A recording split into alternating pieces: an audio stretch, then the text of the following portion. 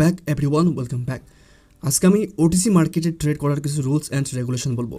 Because দেখা গেছে যে রিয়েল মার্কেটে যেভাবে মার্কেটগুলো চলে, তো ওটিসিতেও কিন্তু সেমভাবে চলে।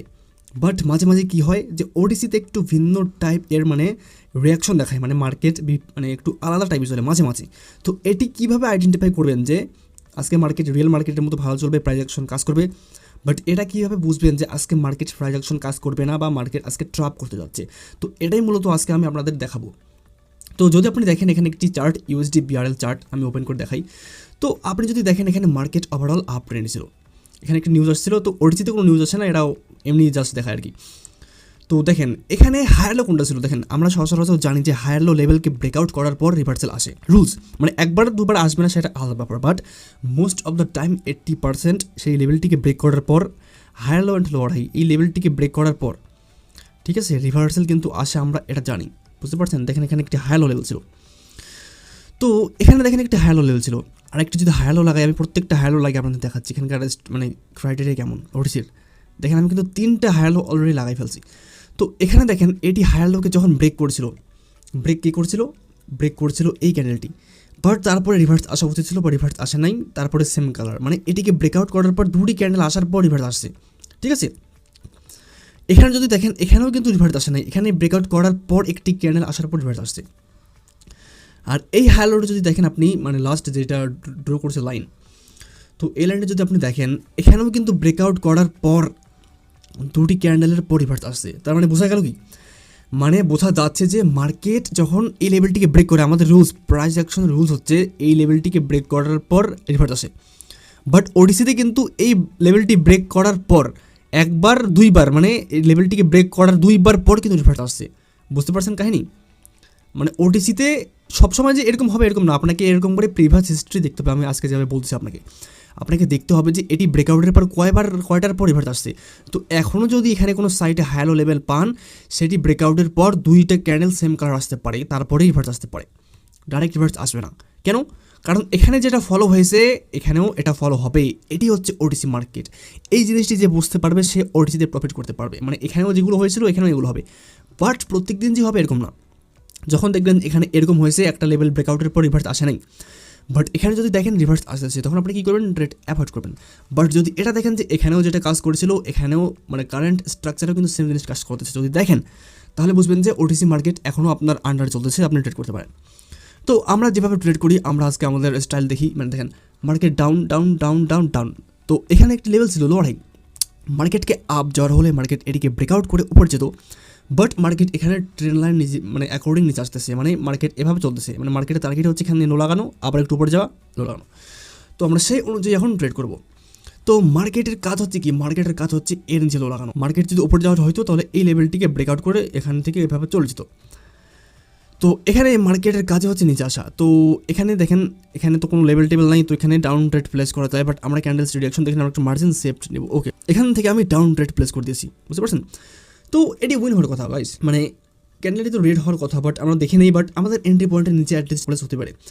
আপনি যদি দেখেন মার্কেটের স্ট্রাকচার কি, মার্কেটের বললাম যে মার্কেটের টার্গেট হচ্ছে এখান পর্যন্ত আসা, ঠিক আছে। তো এখান পর্যন্ত গ্যাপ ছাড়া তো মাঝখান থেকে তো আসতে পারে না, ঠিক আছে না? যদিও আসে 2-1টি ক্যান্ডেল রিট্রেসমেন্টের জন্য আসবে, এরকম না যে মাঝখান থেকে এসে এর উপরে গিয়ে হাই লাগাই দিবে। 2-1টি ক্যান্ডেল শুধু রিট্রেসমেন্টের জন্য আসতে পারে। তো আমাদের ট্রেডটি কিন্তু উইন হয়ে গেছে, দেখেন মার্জিন সেফটির কারণে। তো এখানে বায়ার্স রিকভারি করতেছে, বাট এখানে 25 রয়েছে, তো এখানে 25-এর নিচে ক্লোজ হয়েছে এই ক্যান্ডেলটি, তার এটি রেড হবে। তো বায়ার্স আসছিল কোথা থেকে? বায়ার্স আসছিল এখানে একটি লেভেল ছিল, রিয়াকশনের 5 সেকেন্ড একটি লেভেল ছিল, তো সেটার কারণে কিন্তু বায়ার্স আসছে। তো সেলার যদি নিচে যেতে চায়, এখন সেলার্সের কাছে চান্স আছে যে তারা যদি নিচে যেতে চায় তাহলে এই ক্যান্ডেলটিকে এঙ্গাল্প করতে হবে, এই লেভেলটিকে ব্রেক করতে হবে, এই লেভেলটিকে, তাহলে মার্কেট নিচে আসতে পারবে। বাট এখানে যদি বায়ার্স আসে, তার বায়ার্স মার্কেটে ওপরে নিয়ে যেতে চায়। আমি একটু আগে বললাম যে এখান থেকে বায়ার্স আসবে কারেকশনের জন্য, 2-1টি ক্যান্ডেল ক্রিয়েট করার জন্য, বাট এখানে যদি সেলার্স ফেল হয়ে যায় এটিকে ব্রেক করতে, বা বায়ার্সের কন্টিনিউশন দেয়, তাহলে বায়ার্সের কিন্তু চান্স বেড়ে যাবে যে ওপরে গিয়ে হাই লাগানোর, বুঝতে পারছেন? লজিকভাবে লাগাতে হবে। তো এখানে দেখেন বায়ার্স ক্যান্ডেল ক্লোজ করছে, তো এখানে আপ হবে, বাট ক্যান্ডেলটি গ্যাপ আপ করছে। তো গ্যাপ আপ কেন করছে এখানে বলা যাচ্ছে না, বাট গ্যাপ আপ যদি না করতো না তাহলে এটি শিওর, শিওর বলতে 75% গ্রিন হতে পারে। বাট দ্য থিং ইজ এখানে গ্যাপ আপ করছে, তো কী কারণে গ্যাপ আপ করছে আমরা কিন্তু জানি না, তার কারণ এটি রেড হতে পারে, আর কি হতে পারে আর কি 30% চান্স থাকবে আর কি, 30-25%, but most of the chance থাকবে এটি গ্রিন হওয়ার। তো এখন যদি এই লেভেলটিকে ব্রেক করে দেয় স্টিল, তাহলে কিন্তু মার্কেট এগেইন ডাউনে কন্টিনিউ করবে, বিকজ এখানে বার চান্স দিয়েছিল বাট সেলার্স গ্যাপ আপ করে আসতেছে, তো তখন এই রুলসটি অ্যাপ্লাই হবে যদি মানে সেলার্স এই লেভেলটিকে ব্রেক করে দেয়।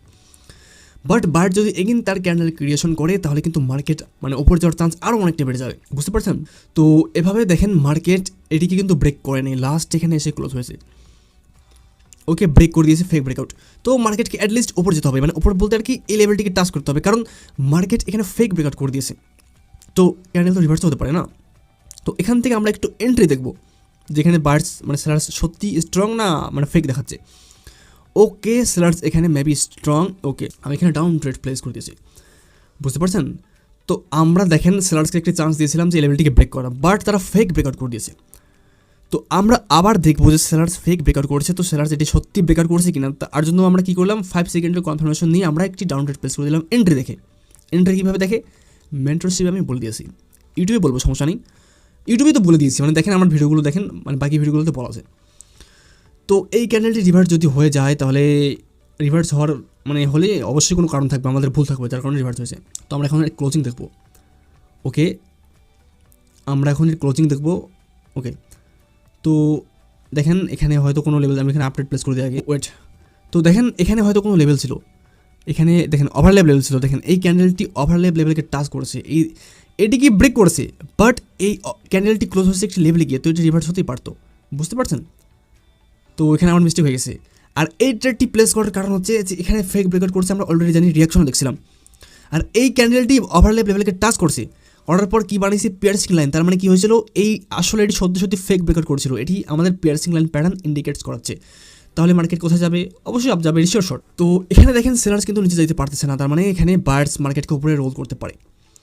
তো লেটস সি, এখানে দেখি বার্ডসের ট্রেড করা যাবে, বাট বার্ডসকে স্ট্রং ক্যান্ডেল বানাতে হবে, স্ট্রং বলতে আর কি ক্যান্ডেলের ভলিউম যেন স্ট্রং হয়। তো মোটামুটি ক্যান্ডেল স্ট্রং বানিয়েছে, তো এখানে লেভেল আছে, দেখেন এখানে একটি লেভেল, এটিকে ব্রেক করতে পারেনি, এখানে উইক্স লেভেল।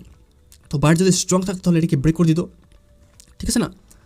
তো এখানেও ডাউট, তো যখন এভাবে ডাউট থাকবে আপনার তখন আপনি ট্রেড অ্যাভয়েড করবেন।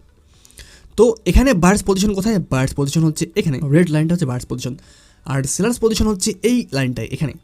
তো এখন আমরা দেখবো যে কোনটিকে ব্রেকআউট করে।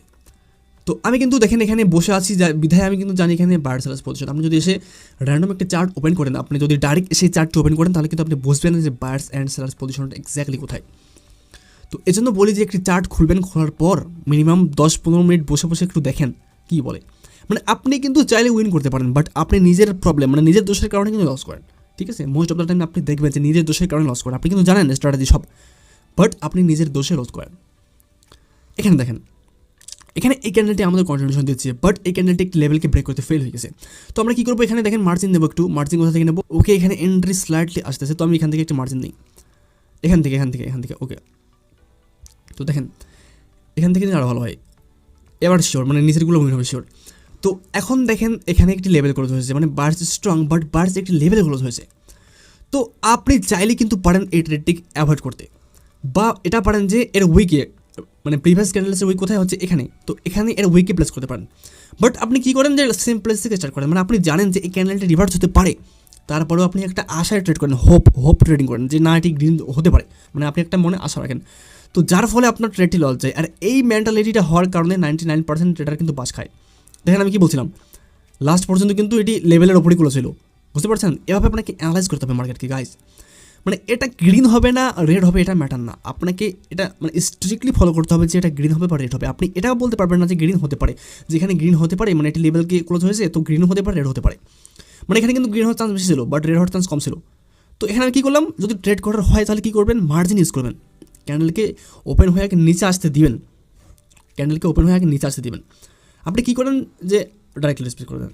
তো স্কিপ করা মানে ট্রেড স্কিপ করা, মার্জিন ইউজ করা, এই হ্যাবিট এটি হচ্ছে ট্রেডিংয়ের মনে করেন 50% চাবি। এই হ্যাবিটটি যখনই বিল্ড করতে পারবেন তখনই আপনার ট্রেড উইন হবে, মানে তখনই আপনার অ্যাকুরেসি মেনটেন থাকবে।